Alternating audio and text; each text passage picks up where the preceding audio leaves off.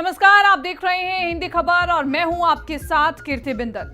विपक्षी नेताओं की फोन पर आए एक नोटिफिकेशन ने देश की सियासत में हलचल मचा दी है।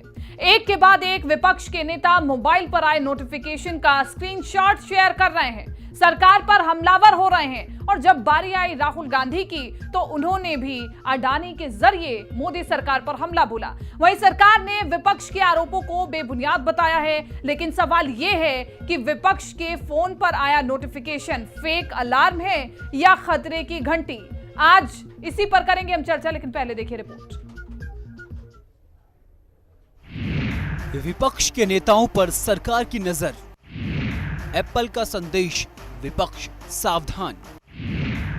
नोटिफिकेशन मिला, विपक्ष डरा।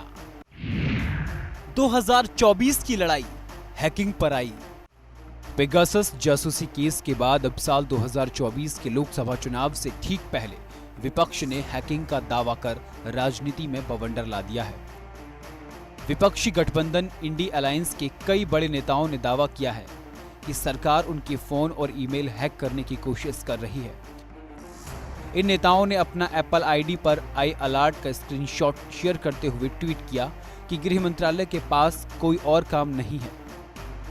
सरकार पर हैकिंग का आरोप लगाने वालों में राहुल गांधी, अखिलेश यादव, टीएमसी सांसद महुआ मोइत्रा, कांग्रेस नेता शशि थरूर, पवन खेड़ा, आम आदमी पार्टी सांसद राघव चड्ढा, शिवसेना के उद्धव गुट से सांसद प्रियंका चतुर्वेदी, एआईएमआईएम प्रमुख असदुद्दीन ओवैसी और सीपीआई-एम के जनरल सेक्रेटरी सीताराम येचुरी शामिल हैं। पूरे ऑपोजिशन के खिलाफ यहां पे एप्पल का नोटिस आता है। मैंने इसको थोड़ा आपके लिए बड़ा करके दिखाया है, देखिए अच्छी तरह देखिए, ये तोते का काम है, राइट। इसमें लिखा है Apple believes you are being targeted by state sponsored attackers who are trying to remotely compromise the iPhone associated with your Apple ID। अब ये मेरे ऑफिस में सब लोगों को मिला है, वेणुगोपाल जी को मिला है, पवन खेड़ा, सुप्रिया, सीताराम येचुरी, अखिलेश यादव, प्रियंका चतुर्वेदी, महुआ मोइत्रा, राघव चड्ढा, टीएस सिंहदेव लिस्ट है। और ये सारे के सारे किसी ना किसी तरीके से इस मामले में इन्वॉल्व है। और देश के युवाओं को मैं समझाना चाहता हूं, बताना चाहता हूं यहां हो क्या रहा है। आपका ध्यान कभी इधर ले जाते हैं, कभी उधर ले जाते हैं, कभी इधर ले जाते हैं। ये जासूसी किसी काम नहीं आने वाली है। आप किसी की प्राइवेसी में हस्तक्षेप कर रहे हैं और ये सरकार घबराई हुई है। 100 करोड़ से ज्यादा लोग इनके खिलाफ हैं, 100 करोड़ से ज्यादा लोग खिलाफ हैं। क्या सबकी सर्विलेंस करोगे, सबकी जासूसी करोगे, सबको डराओगे, सबको धमकाओगे? लोकतंत्र में डराने और धमकाने से नहीं, जनता के लिए काम करने से वोट मिलता है। बीजेपी के लोगों ने कहा था कि हम नौजवानों को नौकरी देंगे, नौकरी नहीं दे पाए इसलिए जासूसी कर रहे हैं। किसानों की आय दोगुनी नहीं कर पा रहे हैं इसलिए जासूसी कर रहे हैं। महंगाई कम नहीं कर पा रहे हैं इसलिए जासूसी कर रहे हैं। कुछ उद्योगपतियों के हाथ में पूरा देश दे दिया है इसलिए जासूसी कर रहे हैं। विपक्ष के नेताओं ने जो स्क्रीनशॉट शेयर किए हैं वो एप्पल आईडी पर आए अलर्ट मैसेज हैं। इनमें लिखा है कि एप्पल को लगता है कि स्टेट स्पॉन्सर्ड अटैकर्स आपको अपना टारगेट बना रहे हैं। ये आपकी एप्पल आईडी से जुड़े आईफोन को रिमोट मोड पर लेकर उसमें सेंध लगाने की कोशिश कर रहे हैं। हालांकि बीजेपी ने सरकार पर लगे इस आरोपों को खारिज किया है। देखिए वो जो भी कहेंगे, लेकिन अब सच्चाई तो ये है कि महुआ मोइत्रा जी ने पूरा संसदीय व्यवस्था को ही हैक करा दिया दुबई से। तो जो संवैधानिक व्यवस्था ही हैक करा सकती हैं, अब उनका हैकरों से कितना संबंध है ये तो जांच से पता चलेगा। अब ऐसे में सवाल है कि विपक्ष के नेताओं के आरोप का आखिर सच क्या है। सवाल ये भी है कि क्या केंद्र सरकार पर विपक्ष आरोप साबित कर पाएगा या विपक्ष ईडी सीबीआई की कार्रवाई से डरकर हैकिंग के जरिए सरकार के खिलाफ माहौल बनाना चाहता है। ब्यूरो रिपोर्ट, हिंदी खबर। और पेगासस के बाद अब विपक्ष ने फोन हैकिंग, फोन टैपिंग का ये जो मुद्दा उठाया है, ये निश्चित तौर पर गंभीर है और इस पर सवाल तो बीजेपी से पूछा जाएगा। हमारे साथ तमाम मेहमान बने हुए, उन सभी का परिचय मैं आप सभी से करवा देती हूँ। अमित तिवारी हमारे साथ प्रवक्ता बीजेपी से बने हुए। अमित तिवारी जी, इस चर्चा में बहुत बहुत स्वागत है आपका। रविंद्र सिंह हमारे साथ प्रवक्ता समाजवादी पार्टी से बने हुए। रविंद्र सिंह जी, आपका भी इस चर्चा में बहुत बहुत स्वागत है। आलोक पांडे राजनीतिक विश्लेषक के तौर पर आज हमारे इस पैनल में मौजूद हैं। आलोक पांडे जी, आपका भी इस चर्चा में बहुत बहुत स्वागत है। शुरुआत अमित तिवारी जी मैं आपके साथ करना चाह रही हूं। 2024 के चुनाव नजदीक है, ऐसे में क्या बीजेपी में डर का माहौल है और इसलिए विपक्षी पार्टियों पर, उनके फोन पर, उनकी निजी जिंदगी पर आप नजर रख रहे हैं? नहीं, देखिए, जो आपको नोटिफिकेशन राहुल गांधी ने लिखा है उस पर क्या लिखा हुआ था कि एप्पल ने लिखा है स्टेट स्पॉन्सर्ड जो अटैकर्स है। एप्पल को कैसे पता वो स्टेट स्पॉन्सर्ड है?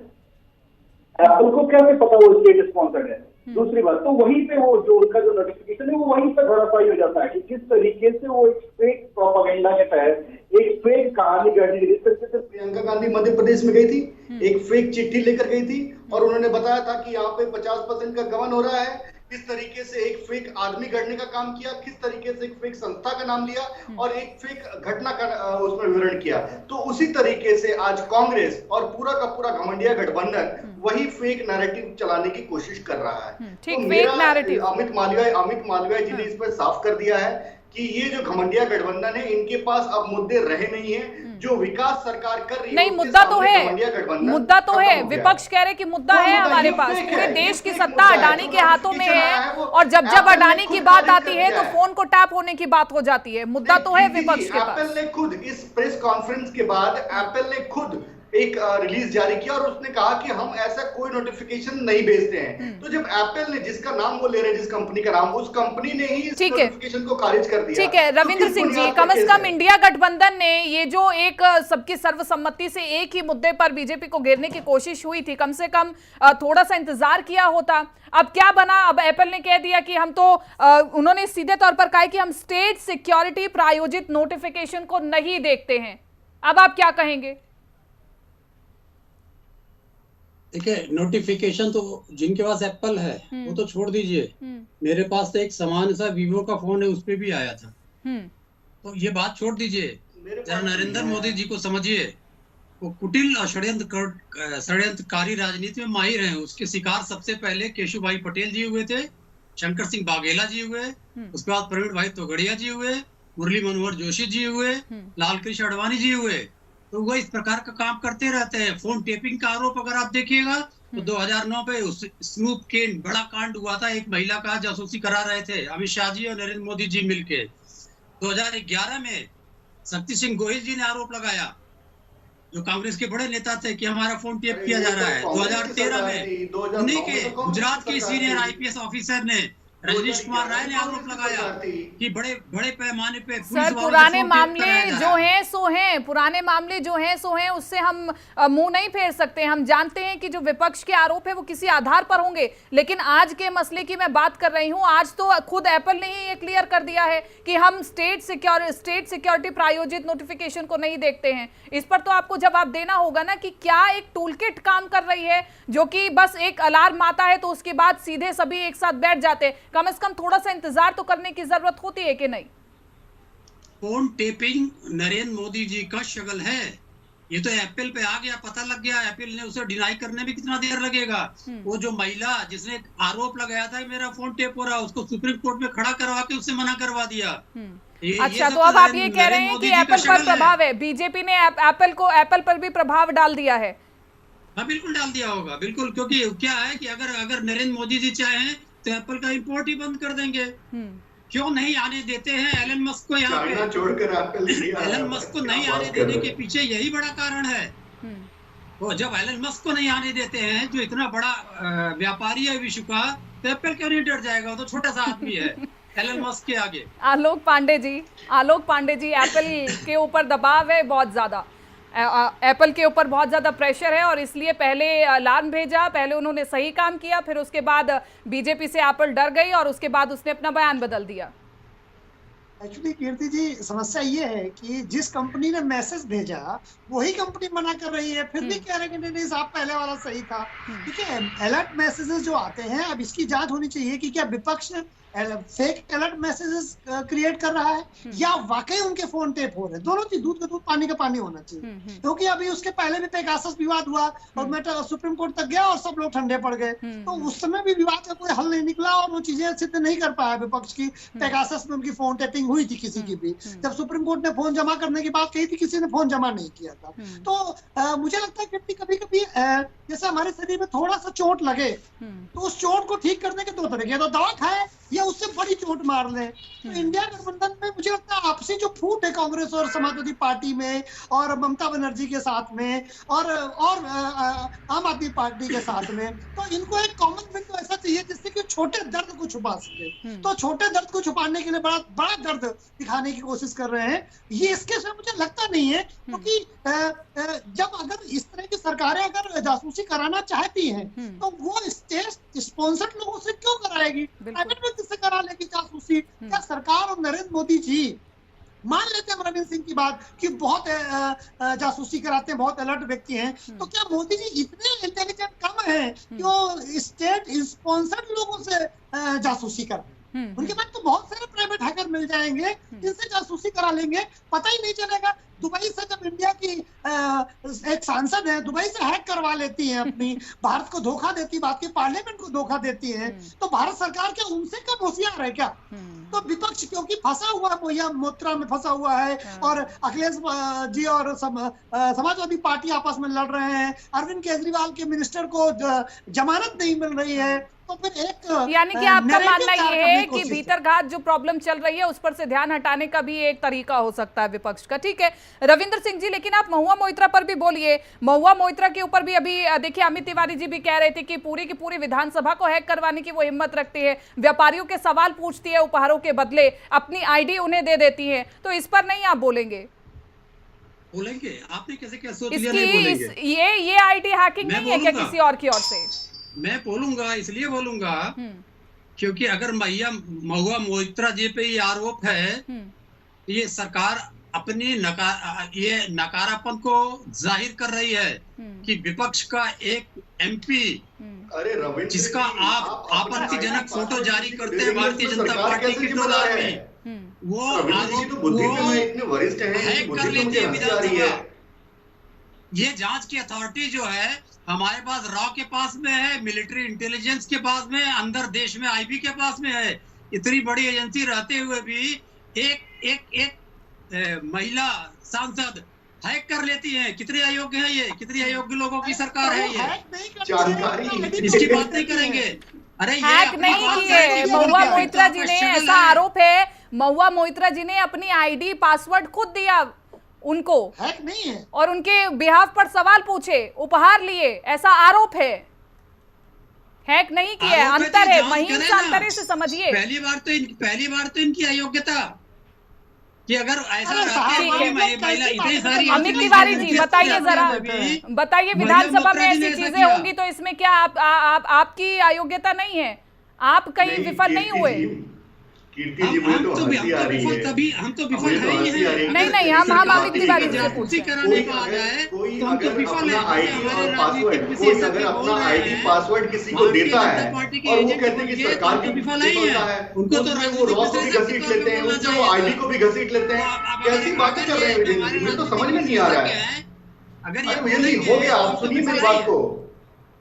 ठीक है, आपकी समझ मुझे पता चल गई। अब मेरी बात को सुनिए। जिस तरीके की बातें विजेंद्र जी कर रहे हैं, मुझे लगता है कि इनको जानकारी नहीं है विषय की, या ये राजनीति से दूर रहे आजकल।